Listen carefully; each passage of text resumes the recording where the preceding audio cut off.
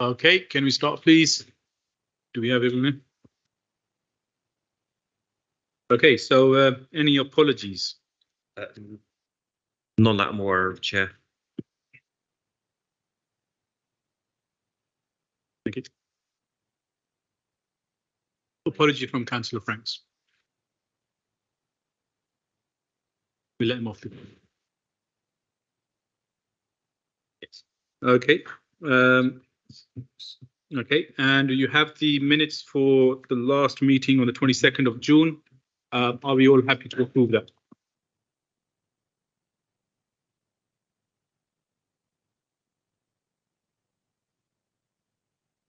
Are we all happy to approve that? Yeah. Okay, thank you. Do we have any disclosures of interest? Nope. Okay. Yep. So is there any section 106 declarations? None that I'm aware of, Chair. Thank you. And is there any urgent business? Again, none, Chair. Thank you. Okay, so references from committees and other bodies. None, Chair. And any chair's announcements? I don't think there is. Yeah, that's fine. Okay, so we move on to item 8, which is the finance update. This is the chair. We are working on Q1. So the Q1, which is April, May, and June. So at this stage, we're still, it's work in progress. So that report will be coming to executive in September. But before that, I will bring an update to FRG. But that is being finalized as we speak. Thank you. Okay, do we have any questions on agenda 8? Any comments? No, It's just a note, Chair. Yep, that's fine. Thank you. We move on to agenda item 9, progress in achieving the auditor's sign-off of the accounts. Thank you, Chair. So at last audit committee, there was a very detailed discussion, and we have already submitted everything to the auditors, and that was agreed. There's nothing outstanding from the council.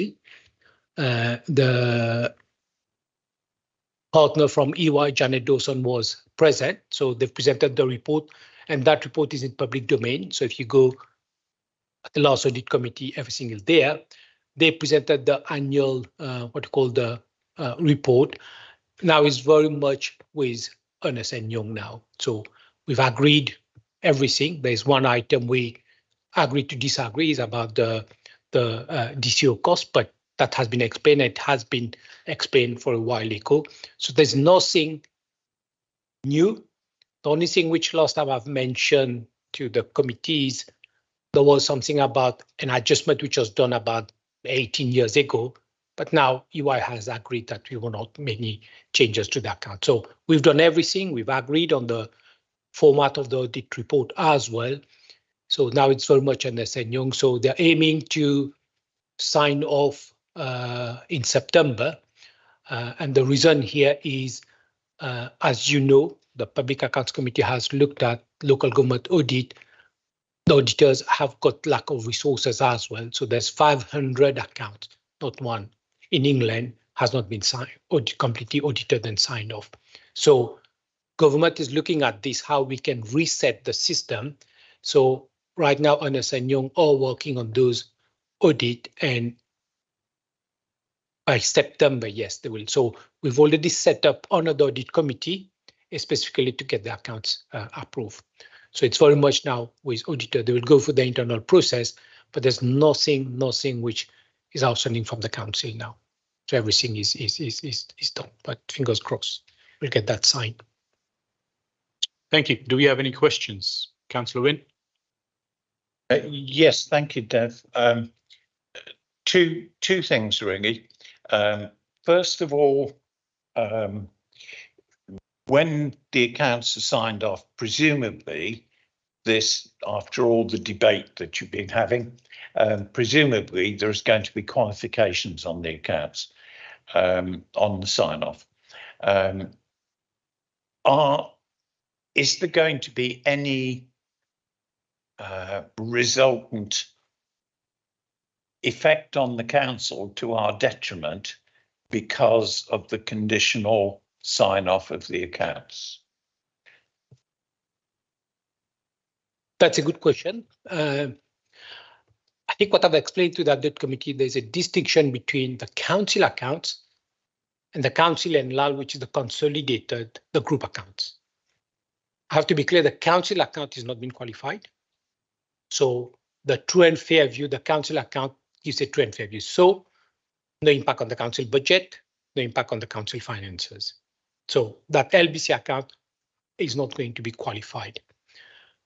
But is going to be qualified, and here as well, there are various degrees of qualification. Here, there's a limitation of the scope. It's not the auditors are saying even the group account is qualified, no, but there's a limitation of the scope on the DCO costs. And that's what we've discussed it. And the reason why we are of a different view as opposed to our auditors is because LAL, that the DCO is LAL advisors, AROP, all the advice we are getting from LAL auditors, now not one, two auditors, PricewaterhouseCoopers last year, as that new auditors agree with the treatment that DCO costs shouldn't be impaired. So when we consolidate, it's very difficult for the council to override, and me as a Section 1 fund officer, I'll have to go what is the best advice in front of me. And that's, we respect EY, their opinion, but on one side, I've got both opinion from LAL auditors, respectable, reputable auditors, and the advice from the advisors, which are expert in planning advice. Plus, we've got cases advice as well. So, and those have not been qualified in LAL account. So when we bring LAL into LBC, I bring what is there. So I from a council Section 151, I took a view and I said, no, I side by what LAL is presenting. So there's a limitation. The auditors are saying, and that as well, the auditors say, we agree part of what we are doing, but you don't agree on the bit of it. So that has been clear. Other than that, we've got impact on the council accounts. No. On the contrary, the point which was raised here is the accounts is showing an increase in the value of the airport. And I think the figures keeps moving. It depends which year. So it was in the accounts $500 million. I think the last one was about 1.3 billion. So the value of the group assets has gone up by £700-800 million. Okay. I suppose underlying my question is will any statements which are put onto our audited accounts by our auditors, will they bring us any difficulties with central government when they're looking at us and our accounts as a local authority?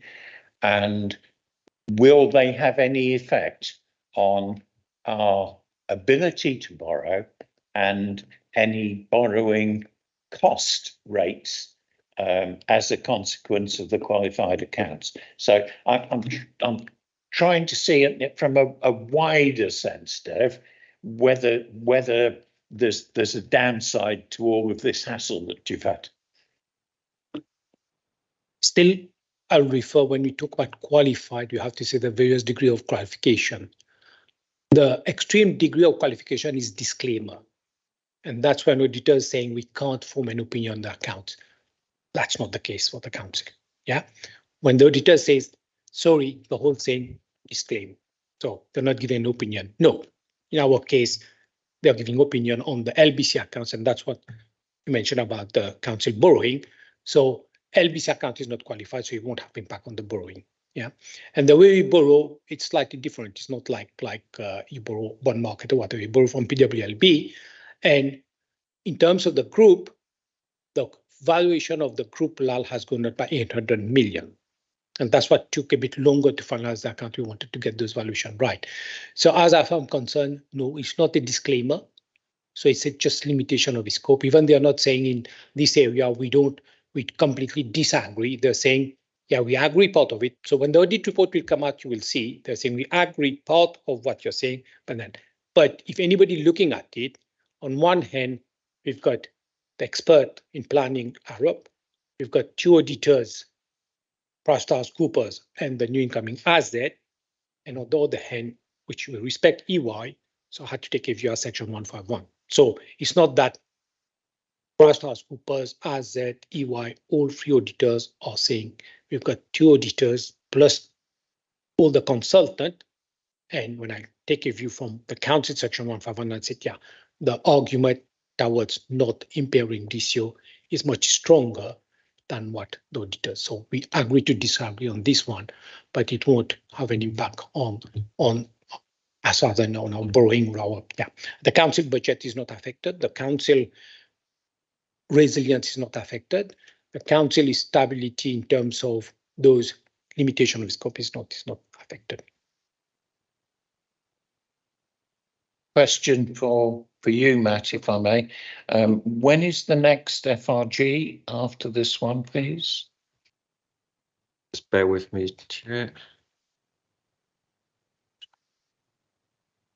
But the next one, the scheduled FRG, is the 21st of September. Okay, so given that, we would expect then for the accounts to have been signed off by next FRG, I'm assuming, since you said September.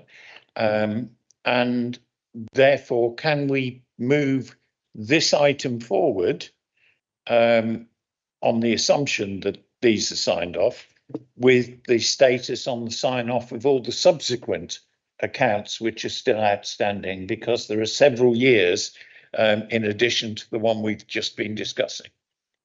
Okay, so Matt, can you just remind me, we've set up an audit committee, was it mid of September? So, but the next audit committee to sign the accounts? Yep. The additional audit is on the 11th of October. 11th of October. So that's the auditors complete in September and will be signed on 11th of October. So that's very much a timetable we're following, auditors' timetable. As I said, we've produced everything. Everything has been done and that was confirmed. So coming back to other accounts, I attended a deluxe webinar where the government is resetting the deadline for all council. We are not just only, some councils account 15, 16 have not been signed. There's 500 accounts throughout England, not one, 500 not signed. Yeah, we are one of them. So when you're mentioning about 1920, 2021, 21, 22, 1920, the audit is much well advanced, but auditors, as quite rightly has pointed out on several occasions at this meeting, they rather concentrate on 18, 19 and then move up 19, 20, 20, 21, 21, 22. What central government is doing now is resetting the dates by which those accounts have to be signed by auditors. So the whole system is reset, not just for Luton, the whole England, all the 500, and government has got the dates. I can send those dates if you would like. So government has set a date for, I think, 18, 19, 19, 20 to be signed by December 2023, 2021, 21, 22 by, I think, September 2024, but I will send you those dates.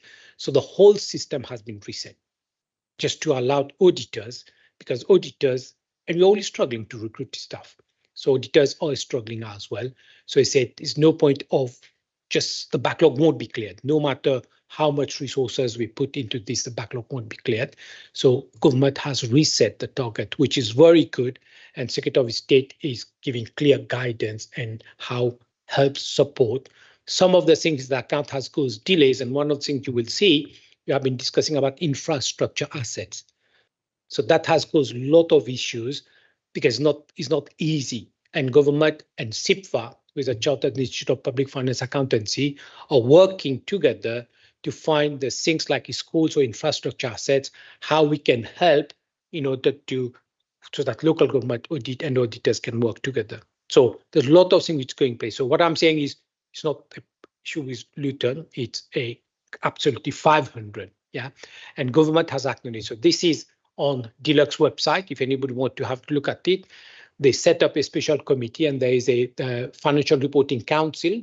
Neil Harris, who used to be our auditor's partner, he's chairing in the Financial Reporting Council. This is absolutely what I'm saying here. Government acknowledges, so hopefully that reset of the deadline hopefully will clear that backlog of 500. So in our case, the chair of the audit committee made it clear to the auditors that we'll work together, and we would like our accounts to be cleared and audited, the sooner the better. So now government is setting clear guidance. We'll be contacting our auditors, EY, and with Janet will be working closely. And once 1819 is signed, that's where the main issue was. And we have to probably members, especially new one, the main reason was because COVID. Once COVID hit, then we get into the pandemic, then going concern, stabilization, CIPFA review, a special force majeure. All these were big events. So we had to give reassurance to auditors all the way along that everything we're doing in order to ensure that the council and LAL were both going concern. Yeah. So that's the reset. Hopefully we'll have a timetable. So we'll work with Ernst & Young to come with a timetable for Luton, and hopefully we'll bring that in the next meeting. Final one then, if I may, Chair. Okay, I understand about all the other councils. You from a CIPFA point of view may well be interested in all the other councils. I'm afraid I'm not really. I'm only interested in Luton. I would like, if it's possible, for us to have some sort of statement which shows what our status is on the sign-offs, because we've had bad publicity across the piece for having not had these accounts signed off.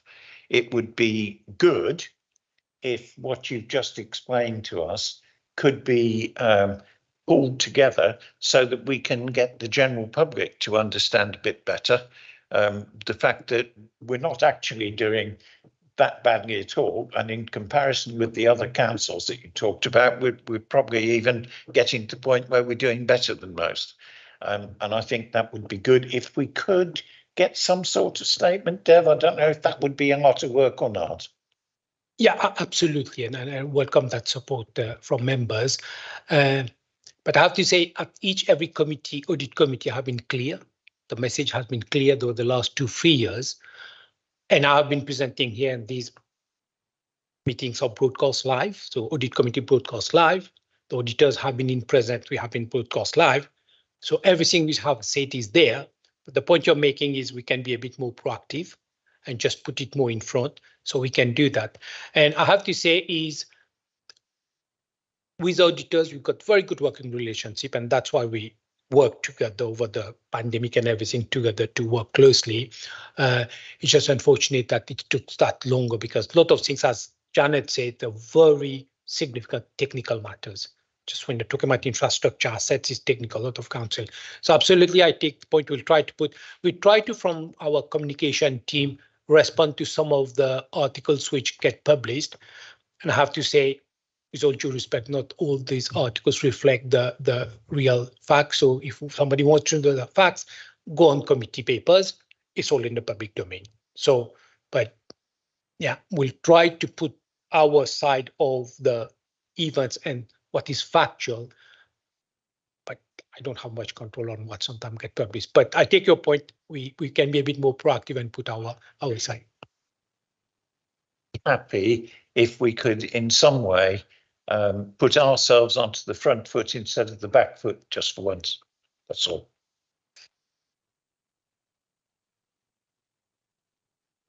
Councillor Roach. Yeah, I'm just wondering what Councillor Wynn's saying there. And I guess it's a question for Matt, really. Should this be a recommendation for audit and governance? Because this is where this lies in with that committee. And I just wondered if that's something audit and governance should consider, what Councillor Wynn just said. You can suggest making a reference to audit and governance, because it would probably hold more clout coming from them, but there's nothing stopping FRG requesting a statement be made.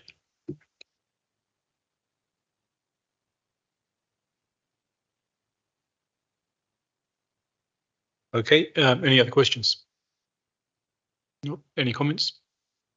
That's all. I think it's just a notice. Formally move that to formally make a councilman's proposal, that statement was made, so we can make.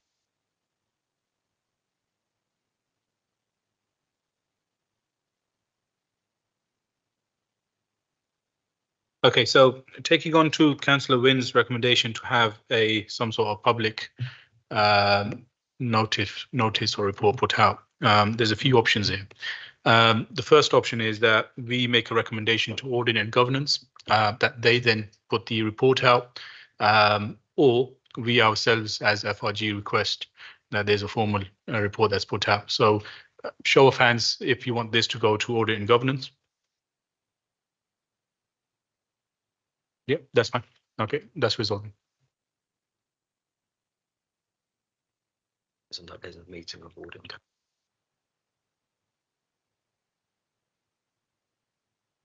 Sorry. So I've been told that there is a meeting of the Audit and Governance on the 31st of this month, so we'll have that resolved there. Now, let's move on to agenda item 10. Report from the Director of Finance, Revenues and Benefits.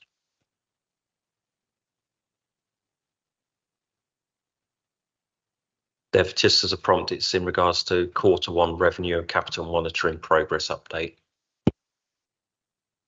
Yes, I think I've mentioned we are working on that. So the 8 and 10 goes hand in hand. So we are working on the Q1, so the monitoring update, and this is coming to exactly in September. But next FRG, I'll bring an update on Q1. Yeah. Okay, thank you. Any questions or comments on this item? No, that's fine. And we move on to item number 11. That's yourself. Okay. Thank you, Chair. Members have before them the work programme for FRG for 23-24 and also a copy of the Executive Forward Plan.